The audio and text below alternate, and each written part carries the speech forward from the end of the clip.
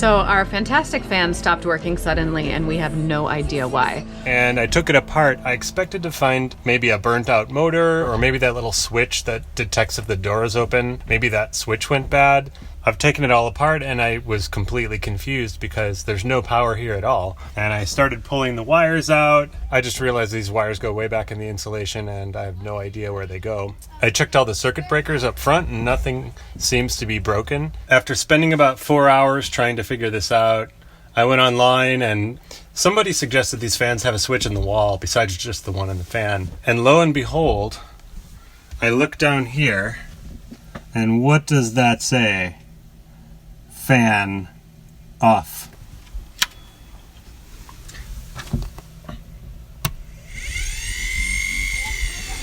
Do you want the bad news first or the good news first?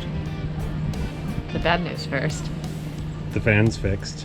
Is that the bad news? I asked for the bad news first. And then what's the good news? Was the switch off? Okay, we're learning. 3, 2, 1, lift off! Today we have a long drive. We're headed from Indiana Dunes State Park all the way to Louisville, South KOA, which is almost 5 hours. So me and the girls are gonna stop in Indianapolis and go to the Children's Museum because I've heard from a few people that the Indianapolis Children's Museum is the best children's museum in the country. We're bummed out that Papa can't come with us because we're caravanning. I really have to break the drive up with the girls. Michael doesn't have to break the drive up if he doesn't want to, but we gotta stop and play.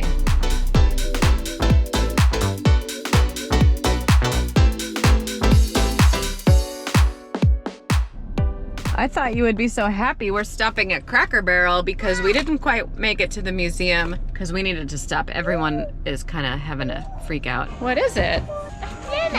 What's he doing? Up the ladder. Up the ladder? Yeah. Oh, there's an airplane. We had to stop at Cracker Barrel because people were crying and hungry and needed diaper changes. I did. Well, we lost an hour coming down Indiana. Indiana is one of the only states that I know of that's in 2 time zones. So the museum's gonna close really soon. But one cool thing about showing up at a museum half hour before closing is it's almost empty. So that's pretty cool. And the outside of the building, I didn't grab it. Oh, here. The outside of the building has giant dinosaurs, like, looks like it's a mama dinosaur helping a baby dinosaur climb into the building. There's this big circular ramp and that goes up all the floors. But it looks like on floor 3 there's a play space for kids 5 and under. Man, this exhibit looks so cool, but I want to go play space. yeah, but we gotta go to the play space. By popular demand, we have to go to the play space. Well, this is just a tiny fraction of the museum, and it's for little kids. We got here just in time for the goodbye parade, so we're all walking down the ramp to say goodbye to this dinosaur.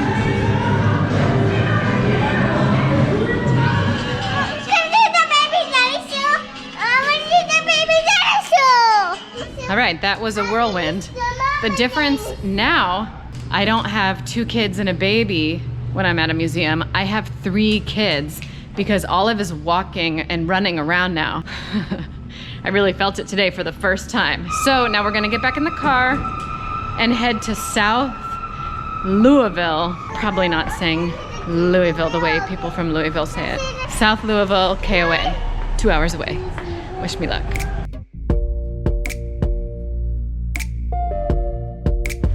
Another Airstream over there.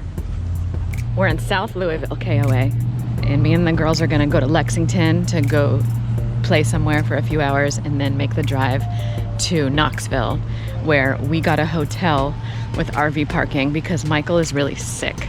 He's got a cold and he's just like, he wants a little space to recoup and recover, and also we want to try not to get Olive sick. Do you guys see Papa anywhere? He's supposed to be here before us. No, we're looking for the Airstream. Are we at the wrong There he is.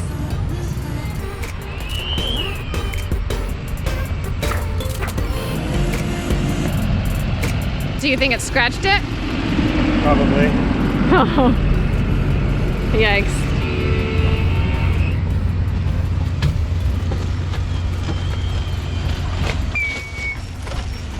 I think it's okay. Okay, I gotta get back to the kids though. They're in the minivan. Here's my rig. Hi, baby. First time parking overnight, not at a campsite. I called ahead of time to see if they had RV parking here, and they said, not technically, but we could park wherever we could fit, they said. Well, one thing we learned is that staying in a hotel to get some relief isn't really that much of a relief, because it was a big pain to pack up all our stuff, you know, build the pack and plays, get the hotel baby proof, not to mention it's expensive. I mean, it was nice to have my own bed, and I'm sure it was nice for Michael to have his own bed. There were 2 full beds in the hotel room, so the first time in a long time we got our own bed, which is pretty nice, especially because he's not feeling well. I think we've learned that we don't need to stop and stay in a hotel room every once in a while. This is our home, and we're comfortable in our new home. Who's in front of us? Papa. We're on our way to Boone, North Carolina to go to our first Fulltime Families event, and it's a hangout. It lasts a week and it's at the KOA in Boone, North Carolina. Okay, we've been driving for about 3 hours. We're just pulling into the KOA in Boone, North Carolina for the Fulltime Families hangout. This will be our first Fulltime Families event, and the girls have been so good for 3 hours. Michael's driving behind us, probably a good hour behind us. The drive was beautiful up here, but it's windy, narrow and windy roads. And when we pulled in, the first thing we saw is that we were pulling in right next door to another Airstream. And we got in and we went out and met them, and it turns out that they also have 3 kids. Fulltime Families is a group for families that travel around in RVs full-time. So what Fulltime Families offers is a way to have a sense of community when you're on the road and when you're moving from place to place. Lucky for us, there was a hangout within a month of us being in the Airstream. So here we are, and we've met a bunch of other families, 17 I think, that are doing the same thing. And a lot of them that are here at this hangout, coincidentally, are also new and fresh on the road like us. So it's kind of like a big party. And there's kids everywhere, and the kids are just kind of like going from RV to RV, having so much fun. We've had to have some talks with Lyndon about that because she doesn't quite understand that she can't just go wherever she wants when she wants to. Lyndon's super duper social. Maple just likes the puzzles in the rec room. Lyndon, do you want to go see those cows? Yeah!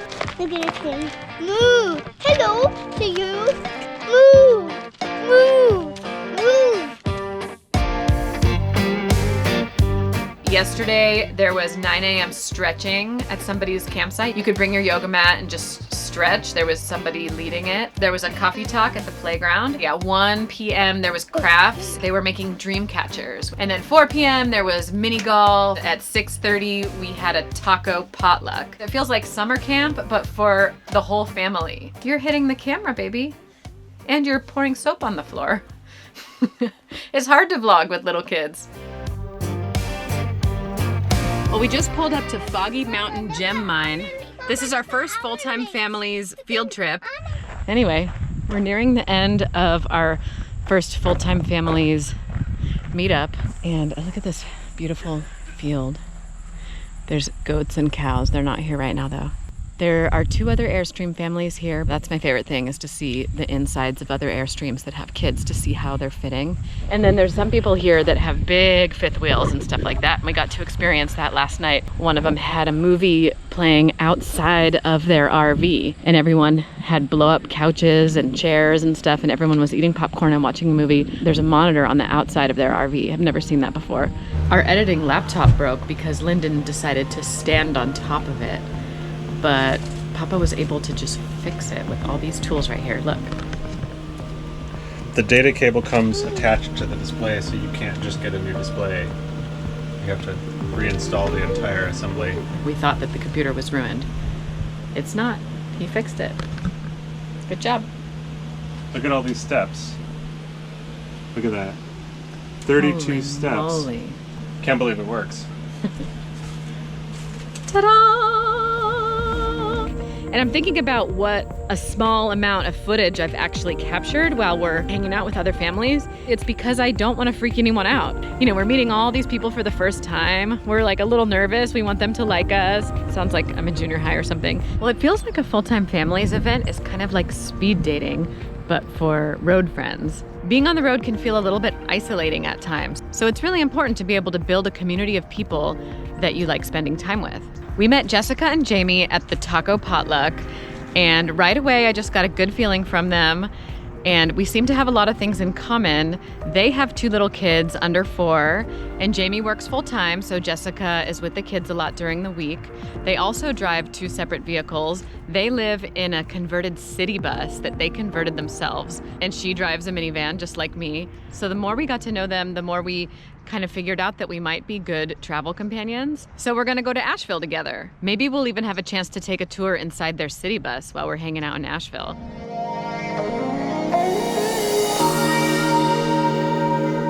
What do you want to do tomorrow? Asheville. Asheville? Yeah, Asheville. That's where we are.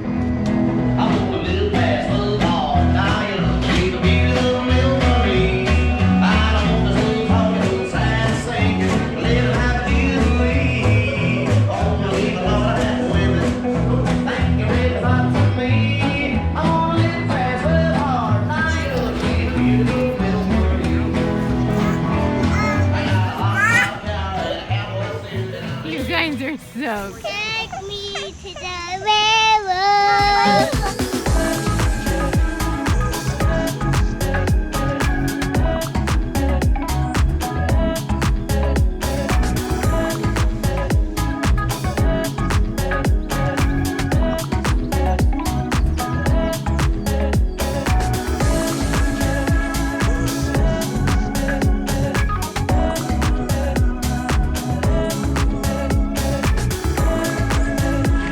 Yeah, this was awesome. Yeah. Well, we just wrapped up at the nature center. We went with our friend Jessica and her 2 kids while the husbands stayed at the campsite and worked.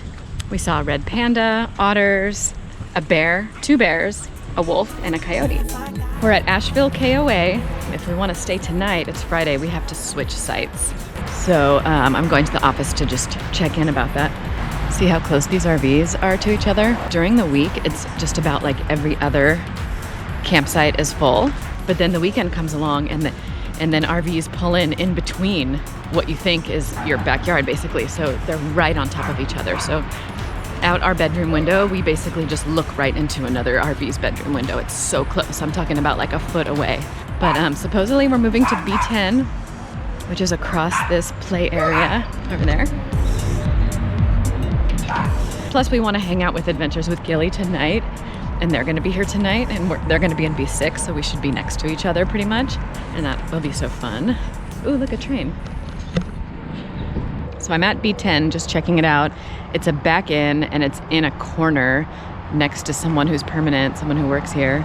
It's not like any other site we've backed into before. See, I guess he's going to have to pull up here and then back up kind of into this corner here.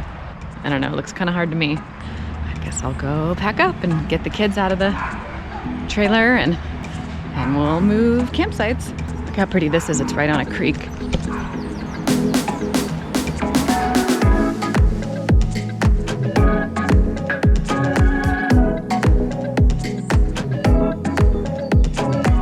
So we tried to pack everything up with the girls around. I mean, where are they gonna go? But we had such a hard time just doing basic stuff with all 3 girls at our feet. We couldn't get anything done. So I ended up taking the girls to Hendersonville, about an hour away, to a children's museum, and I just let them run it out and play for 3 hours and just go nuts. And Michael moved the Airstream by himself. He had some help from the people who worked here to, help him back in. But here we are. You can see how they really cram you in here. There's us. And then check this out. There's like a permanent guy right next to us here. You can see how they're just like side by side, just 10 feet apart. But we're only here one night, and then we do a long drive to get to Nashville, and we plan to stay in Nashville for a whole week because we love Nashville.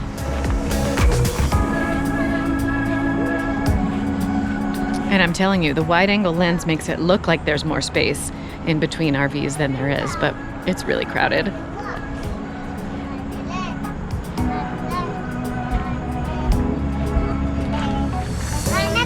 So we moved campsites, and one thing we learned is that it's just as much of a pain in the butt to move campsites within a campground. So in the future, we're not gonna do this again. We're gonna move campgrounds if we need to move campsites, because it's just not worth it. If we're gonna pack everything up and get ready, we might as well go somewhere else. So that's our lesson learned from Asheville. We're learning lessons each place we go somewhere new. Also, since we're only here one night, I'm just putting up half the baby gate.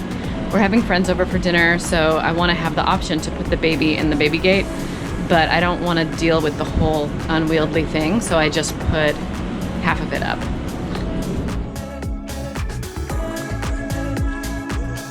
Now it's a cute little playpen. Usually it's a big play yard, but now it's just a cute little playpen.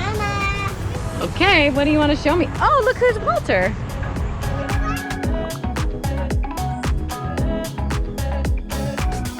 I was just talking about how it's a pain in the butt to move campsites, but still be in the same campground, and how we decided we're not going to do it again. It was the worst thing ever.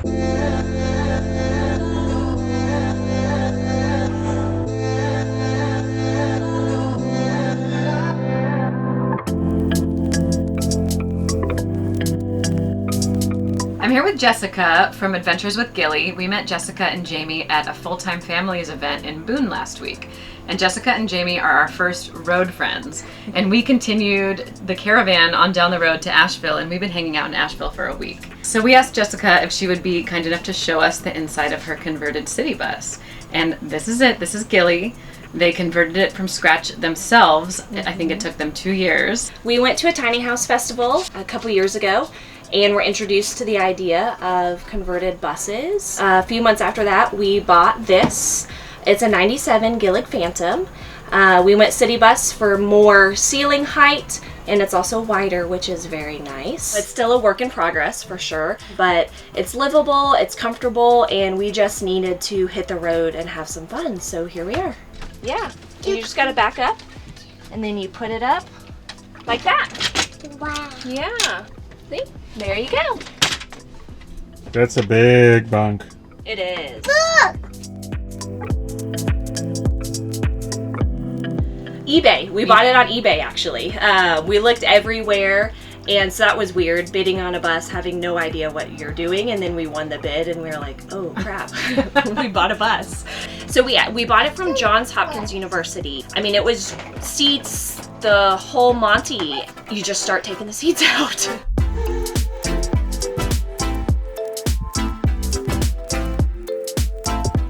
We really wanted some privacy from the kids. So we did a little bit of a different floor plan than you typically see, and the kids' room is in the front. This is the bunk room.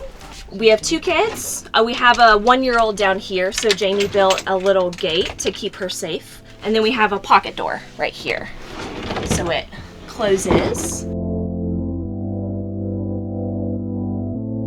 And then up here is the driver's seat, of course, and then all of Jamie's tool storage. It's a little bit of a hot mess up there, but you do what you gotta do. This is our dinette right here. In retrospect, I would have made it a little bigger, but it still works. It's pretty comfy. It's not too shabby. And then this is our kitchen. In my previous life, if you will, I did a ton of baking. We did custom cabinets, but the precision needed in cabinets is really challenging. But now that we have them done, we love them.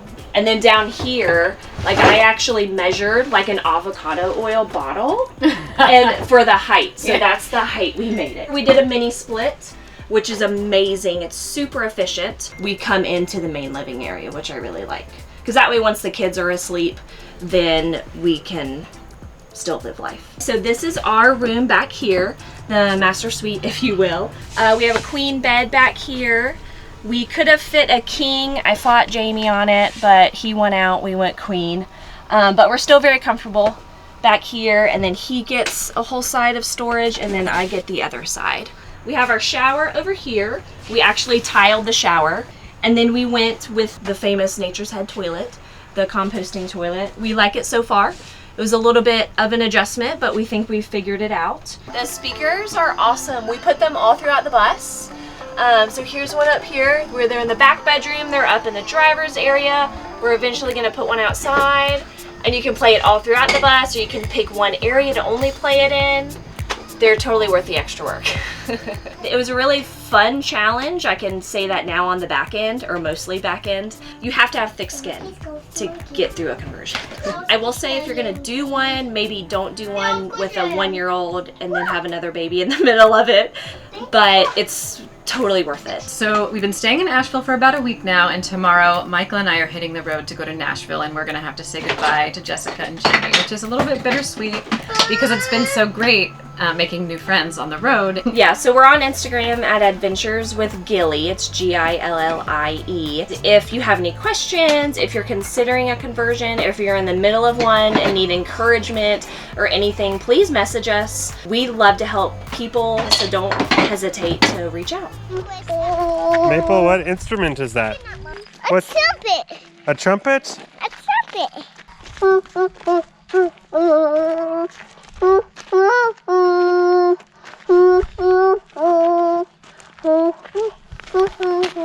Olive just started calling me Papa. Papa! Papa. I just felt compelled to vlog a little bit all of a sudden because I walked in here and I just felt like a warmth, like I was home, and I felt really grateful for what we have going on in here, even though it's a mess and we're kind of in a crowded campsite. But we just had this dinner outside.